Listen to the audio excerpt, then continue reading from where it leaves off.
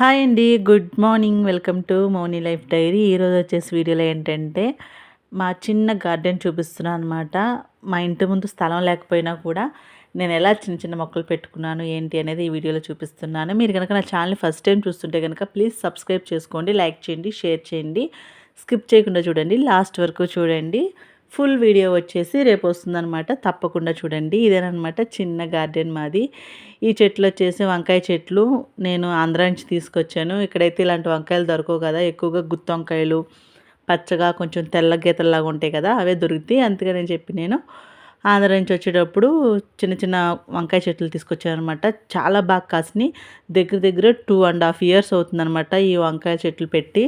ఇంకా పూత దిగుతూనే ఉంది, చిన్న చిన్న కాయలు. ఆ తర్వాత అరటి చెట్లు పెట్టాను. ఇది వచ్చేసి ఏంటంటే తమలపాకు చెట్టు అనమాట. చాలా చెట్లు పెట్టాను తమలపాకు చెట్లు, అస్సలు బతకలేదు.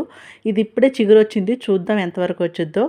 నెక్స్ట్ వచ్చేసి ఇక్కడ వచ్చేసి మల్లి చెట్లు పెట్టాను అనమాట. 2 పెట్టాను, ఒకటి మనీ ప్లాంట్ పెట్టాను. ఇది వచ్చేసి చాలా అంటే చాలా చిన్న ప్లేస్ అండి. జస్ట్ 1 feetలోనే ఈ చెట్టు పెట్టాను. చూడండి చాలా బాగా ఎదిగింది, బాగా పైకి వెళ్ళింది అనమాట. పూల చెట్టు ఇది నేను మీకు చూపించా కదా వీడియోలో కూడా. ఇవేం పూలు, వెర్జాజులా సన్జాజులా అని చెప్పి ఆ చెట్టు అనమాట అది. ఇది వచ్చేసి టేబుల్ రోజ్ అనమాట. జస్ట్ చిన్నదే కాబట్టి అట్లా పెట్టాను. ఇదైతే మా మామిడి చెట్టు అండి.